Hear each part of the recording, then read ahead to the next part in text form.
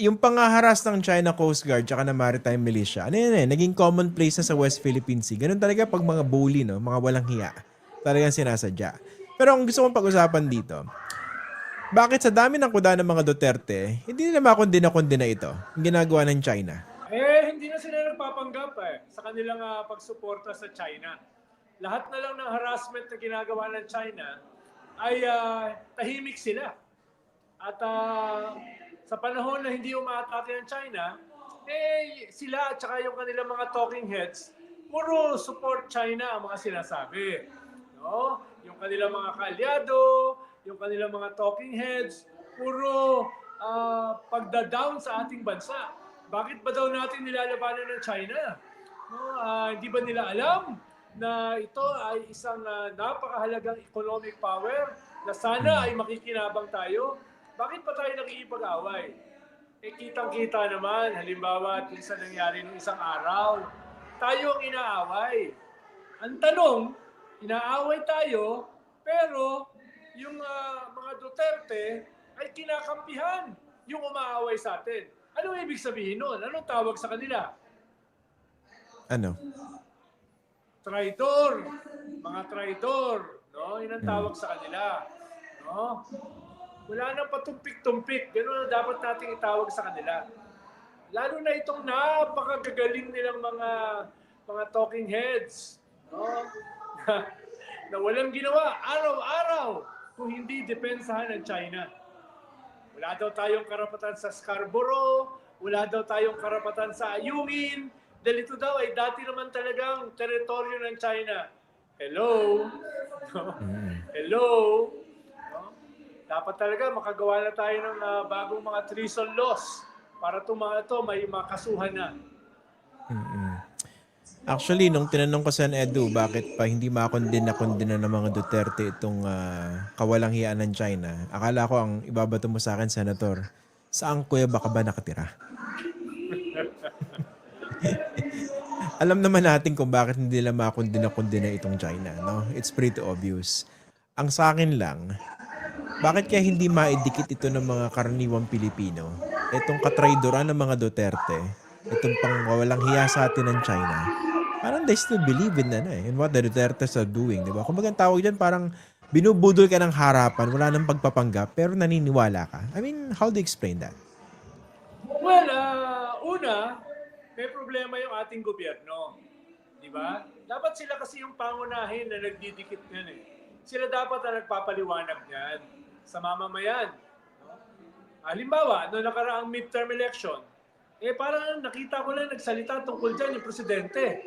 Yung lahat ng kanyang ng senatorial candidate, hindi nagsalita dyan. Tapos mismo yung kanyang communication machinery, hindi sinuportahan yung pagdikit sa mga Duterte at sa kanilang mga kandidato nitong issue sa West Philippine Sea. Yun yung una. No? Ikalawa, yung ating mga politiko ay very hesitant na idikit itong issue ng West Philippine Sea sa mga Duterte. Hindi ko alam kung bakit. Sila ba ay naduduwag? Sila ba ay sinisecure yung kanilang political future na baka sakaling manalo itong mga Duterte sa 2028?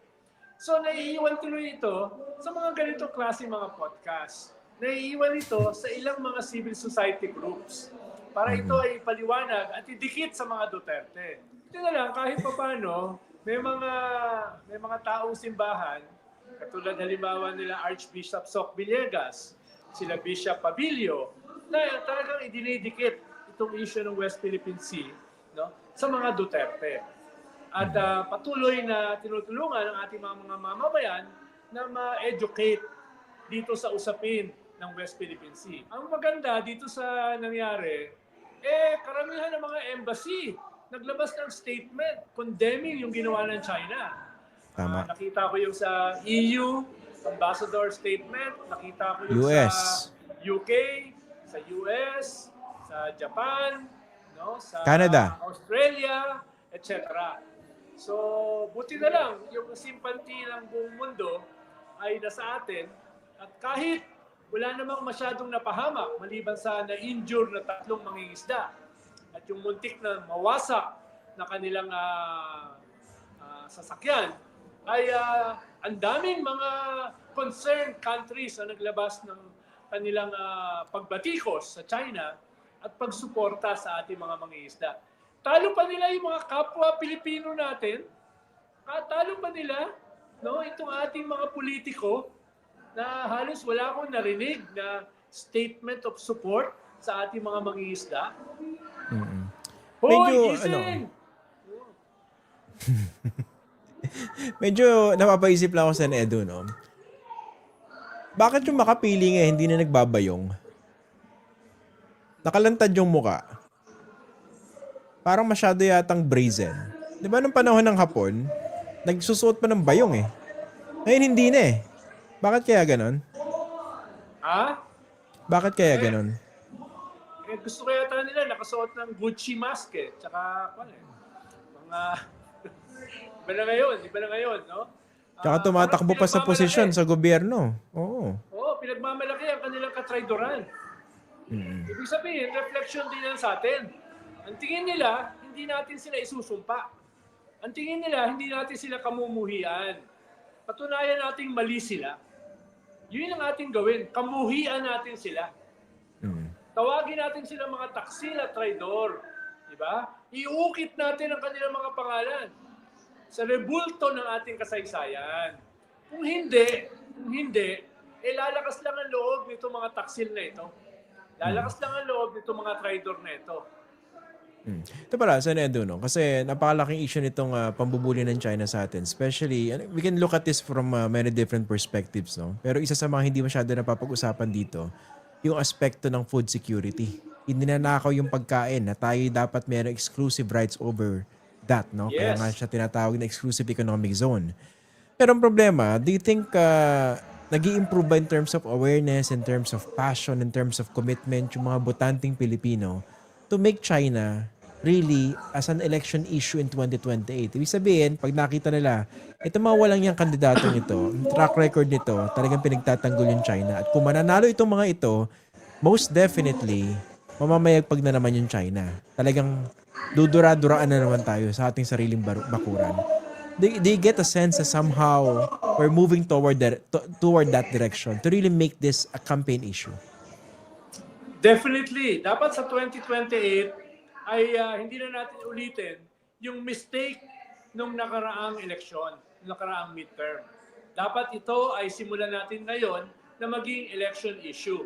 Dapat simulan natin ito na maging bahagi ng ating anti-corruption, anti-impunity, anti-dynasty campaign na ito ay dikit natin sa anti-foreign intervention.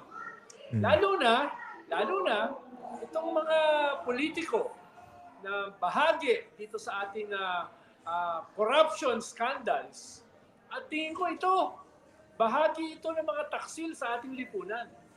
Any day, no? Overnight, ibebenta tayo niyan sa mga Chinese. Bakit? Dahil ang napakahalaga naman sa kanila ay kayamanan at kapangyarihan. Kaya yung mga corrupt na yan, mga kontraktor, mga taong gobyerno, mga politiko, yan ang unang-unang magtatraidor sa atin, no?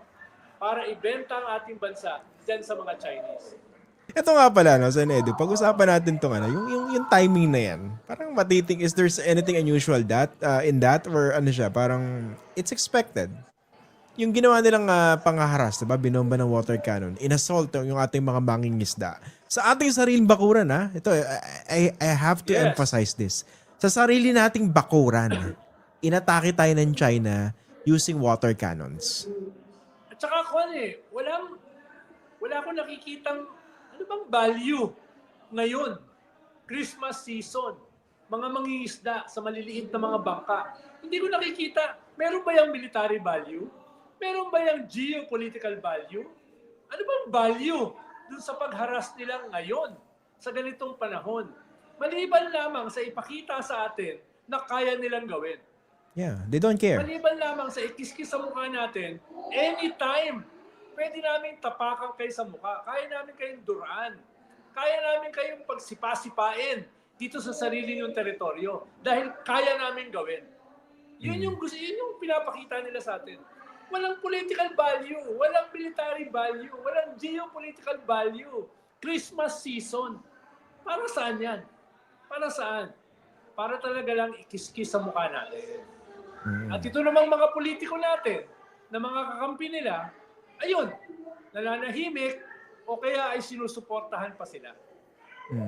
Pero maganda rito, basically, yung mga bansa, 'di ba? Iba't ibang mga bansa, they're rallying around the Philippines, rallying behind the Philippines to condemn this. Pero syempre, alam natin that we have to do more regarding this. Pero at least nakikita natin na nandun yung kapangyarihan, nandun yung lakas pag magkakasama.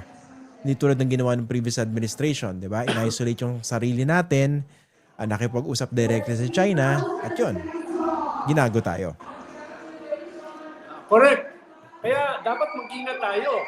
Dahil itong mga traidor na ito, itong mga taksil na ito, balak uling hawakan ng gobyerno sa 2028.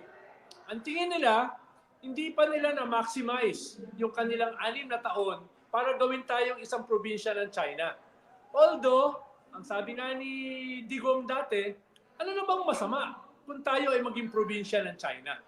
No? Mukhang itong 2028, yan ay isang mahalagang susing labanan. Hindi lang ito usapin ng anti-corruption, hindi lang ito usapin ng anti-impunity, anti-dynasty, usapin ito ng anti-Chinese aggression. Lalong-lalo na yung tatakbo sa pagka-presidente, yung nag-iisang umamin na siya ay gustong tumakbong pagka-presidente, nag-iisa pa lamang siya ay malinaw na pro-China. Yeah. Kung manalo yun si Sara Duterte sa pagkapangulo sa 2028, ang saya-saya ng China. Sobra. Kaya hindi ako magugulat na bubuhusan siya ng suporta. No? Suporta sa mga usapin ng resources, sa usapin ng intelligence, sa usapin ng networking, sa usapin ng kanilang mga social media, expertise. No? As we speak, yung mga tao nila na inamin naman ng mga Duterte na nag-train sa China sa social media ay sinisimula na itong mga operasyon na ito.